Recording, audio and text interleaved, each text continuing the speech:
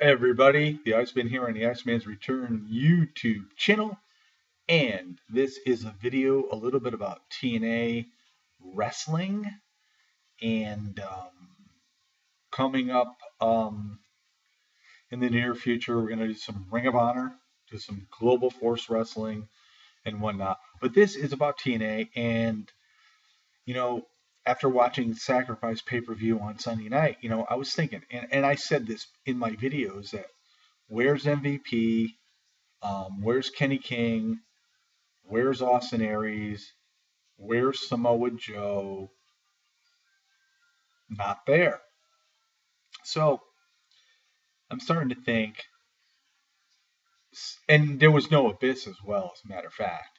But I'm starting to think about all this. MVP being supposedly the director of operations, or whatever you want to call him, as far as the administrative duties for MVP. Supposedly on TV, he has the creative control over Dixie Carver. And now, after we saw what Dixie did to Bully Ray with Bobby Roode, you would think that there'd be some sort of confrontation between Dixie and MVP. Now, we'll have to wait and find out what happens on Thursday night in Impact Wrestling. But I have just,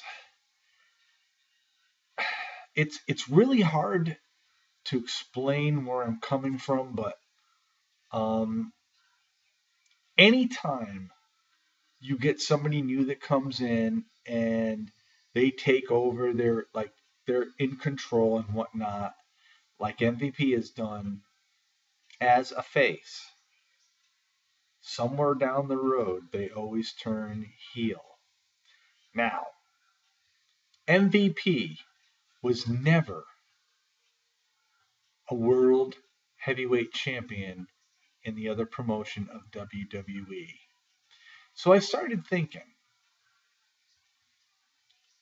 MVP, somewhere down the road, I do honestly believe, and don't get me wrong, I love him as a face character in TNA because he sticks it to Dixie whenever he can.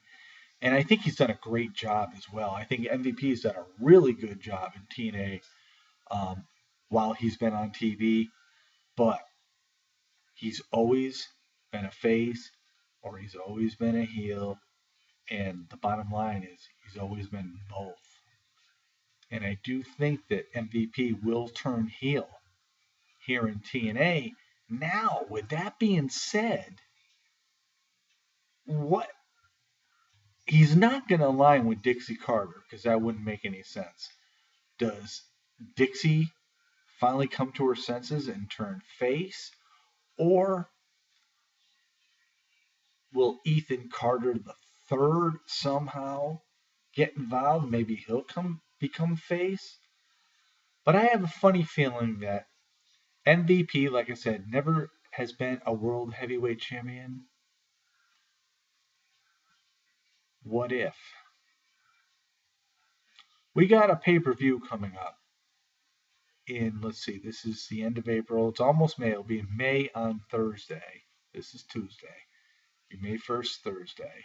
We got a pay-per-view in June, Slammiversary.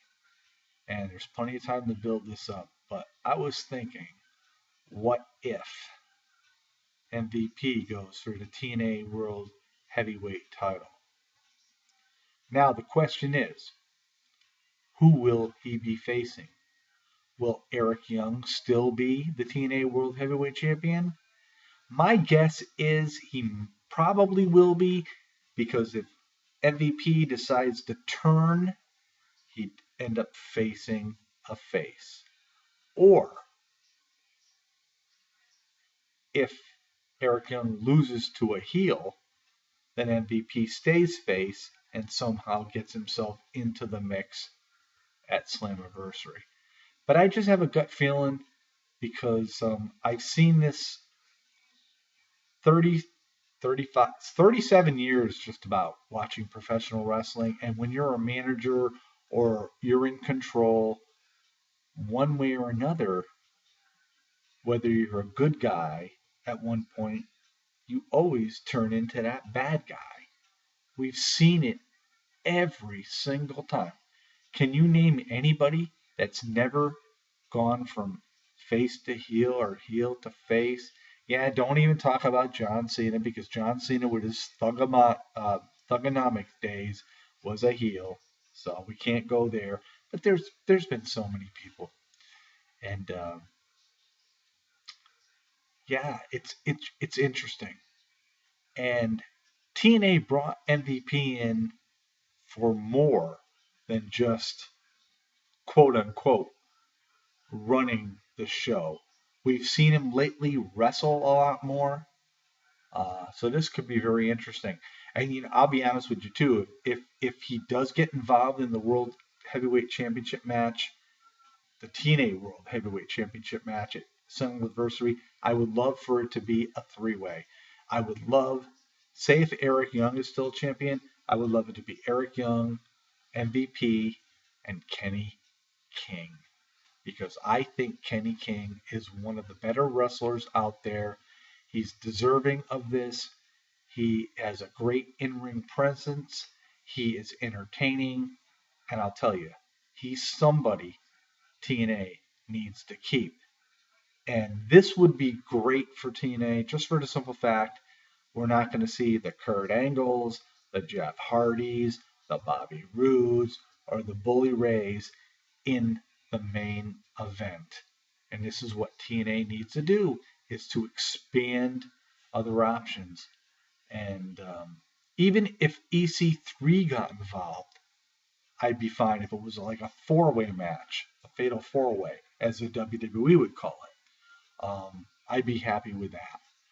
But I just have a gut feeling MVP is going to get involved one way or another and go for that title.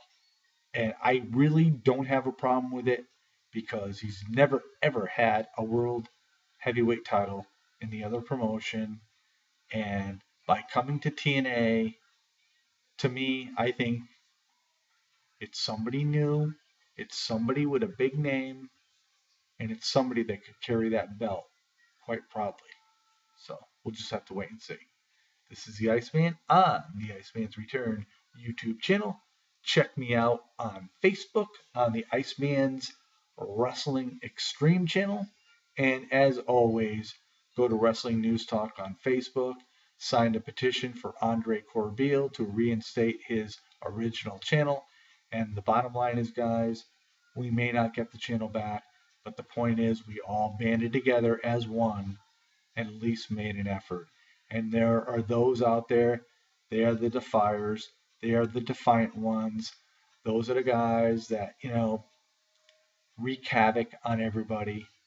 And, you know, I got a little bit of information somewhere down the road that I'm going to reveal. You guys will be shocked. And it won't be from this mouth, it will be actual images. That's all I'm going to tell you right now. Peace out, everybody.